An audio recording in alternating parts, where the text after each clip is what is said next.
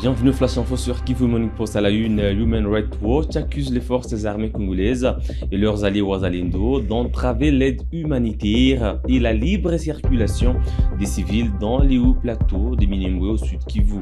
L'ONG alerte sur une crise humanitaire grave et appelle à des mesures urgentes pour garantir l'accès à l'aide et à la protection des populations. Blaise Batabossé. Dans son nouveau rapport, Human Rights Watch affirme que les forces gouvernementales et leurs milices empêchent l'accès aux humanitaires dans la région et refusent tout déplacement hors de la zone. Les forces armées congolaises et les groupes armés présents dans les hauts plateaux du Sud Kivu entravent l'acheminement de l'aide humanitaire et empêchent les civils de fuir les combats dans l'est de la République démocratique du Congo, a déclaré Human Rights Watch.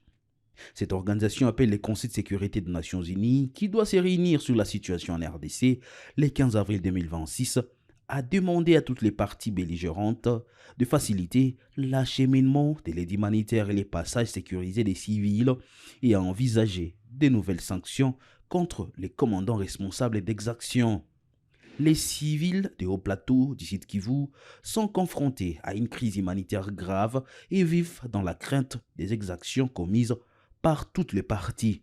Il faut accorder davantage l'attention à ces conflits largement sous-médiatisés. Sinon, cette situation déplorable ne fera qu'empirer, a déclaré Clémentine, chercheuse senior sous la région du Grand Lac à Human Rights Watch. L'ONU a qualifié de sévères les restrictions humanitaires pesant sur l'accès au plateau du Sud Kivu, une zone couvrant certaines parties du territoire des Fizi, Mwenga et Uvira. C'est le Human Rights Watch. Depuis la prise de Minembwe par les M23 et les Tugwaneo en mars 2025, la zone est encerclée par les forces congolaises et leurs alliés. Les combats en cours ont gravement affecté l'acheminement de l'aide humanitaire et contribuent à des pénuries alimentaires dans la ville. Cette organisation humanitaire affirme que des combattants Wazalendo ont également harcelé et attaqué des personnes, notamment des membres de la communauté Banyamulenge, selon des témoignages des résidents et des rapports de médias.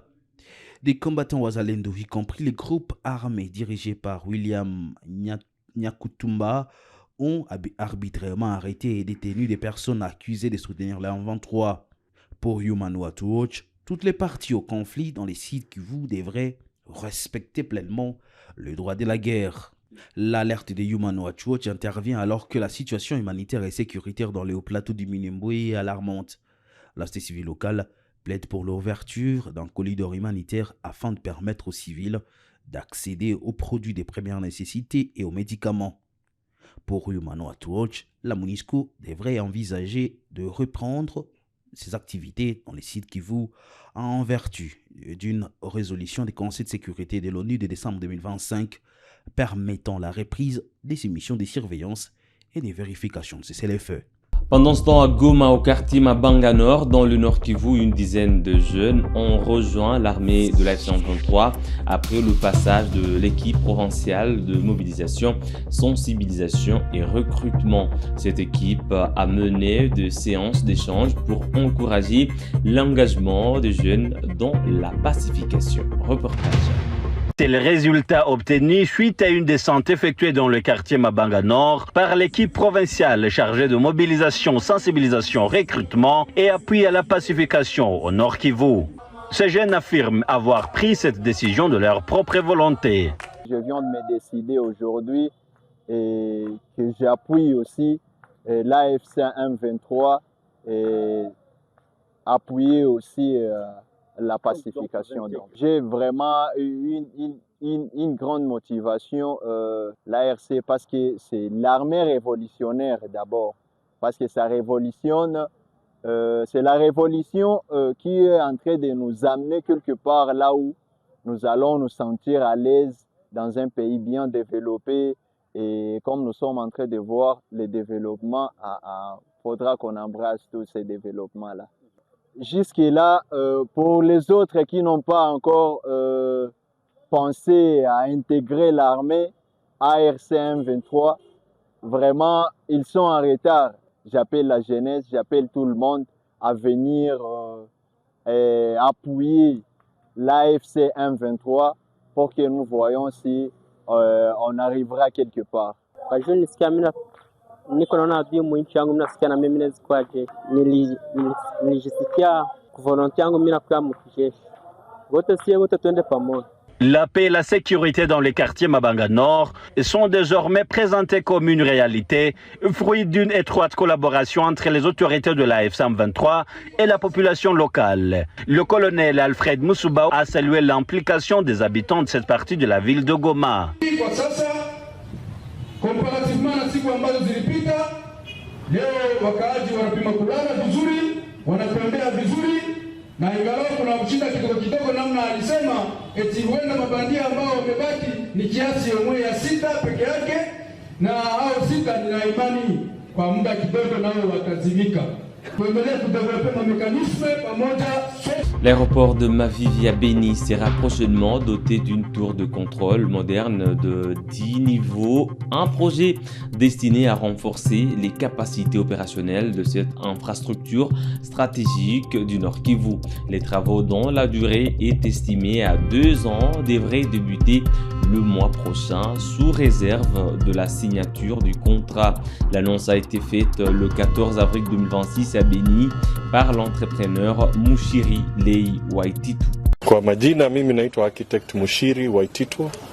Mimi ni mhandisi, mchoraji na engineer ambao tumekuja kufanya kazi ya airport ya Mavivi. Tumezungumza kuhusu vile ambavyo tutakuja kujenga na kuibunisha hii airport ya Mavivi ili iwe na standard ya international, ndio watu ianze tena kufanya kazi. Mnavyojua ilichomeka hivi karibuni, na kwa hivyo haiwezi kufanya kazi vile inavyopasa, na tuipeleke iwe international, iwe inaweza kupokea ndege kutoka nje ya nchi na pia kutoka miji ingine kutoka hapa DRC.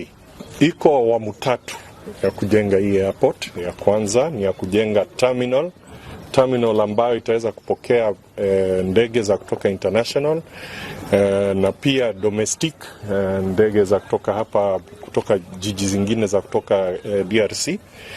Ya pili itakuwa kutengeneza air traffic control tower ATC.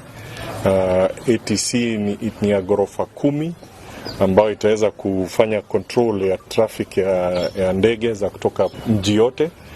Alafu ya 3 itakuwa ya kutengeneza facility za kuwezesha hiyo terminal kufanya kazi. Facility kama parking, kama solar farm ya kuleta stima ndani ya terminal ya airport.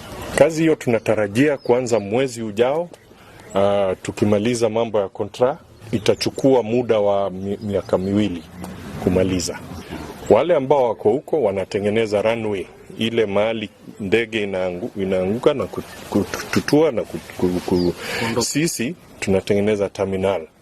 Mahali sasa ukishuka kutoka ndege unaingia kufanywa processing ndio.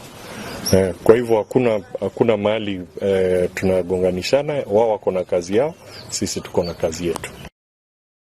En visite d'inspection à Lubumbashi, le ministre provincial des infrastructures Jean-Claude Kafi-Ndo a constaté la non-évolution de plusieurs chantiers en cours dans la ville. Cette descente sur le terrain visait à évaluer l'état d'avancement des travaux et identifier les blocages. Reportage. Jean-Claude Senga Kafi-Ndo se prête à l'exercice pour la première fois en solo sur le terrain. Le ministre provincial des infrastructures entame sa tournée par la célèbre avenue Kiwele.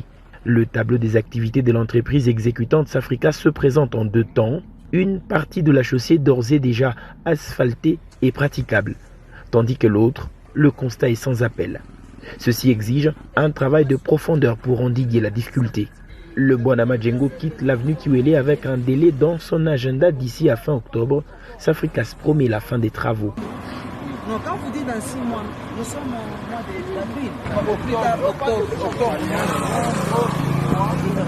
C'est ce qui a été prévu même dans notre contrat. Le timing. Oui, dans mon planning. En tout cas, je serai très rigoureux par rapport à ça. Nous sommes là. Ne vous inquiétez pas. On va vous laisser le temps, on vous laisse le temps de travailler, mais respectons seulement. Au lycée Tuendeleye, le calendrier scolaire ne coopère pas avec l'exigence des travaux. De retour des vacances de Pâques, les élèves sont contraints à la patience. Le ministre provincial des infrastructures a insisté sur l'accélération des travaux censés donner une bouffée d'oxygène à la recrudescence des inondations sur cette partie du centre-ville de Lubumbashi. Le point noir de la visite a été constaté sur le pont Kasungami. L'entrepreneur n'a pas donné satisfaction. Les travaux peinent à avancer malgré le passage récent de l'autorité exécutive. Sans détour, le Bwanama Djengo convoque une réunion d'urgence avec les entreprises exécutant des travaux. Jean-Claude Singa Kafindo veut voir clair, il joue la montre. Donnez-nous quand même des explications. L'un de vos chantiers qui n'avance pas, je peux conclure que même le deuxième, le troisième, c'est toujours dans les mêmes conditions. Madame, Monsieur, c'est tout pour le Flash Info de ce 15 avril 2026 sur Kivu Morning Post. Merci à vous de l'avoir suivi depuis à la fin. On se fixe un nouveau rendez-vous d'actualité. À très bientôt.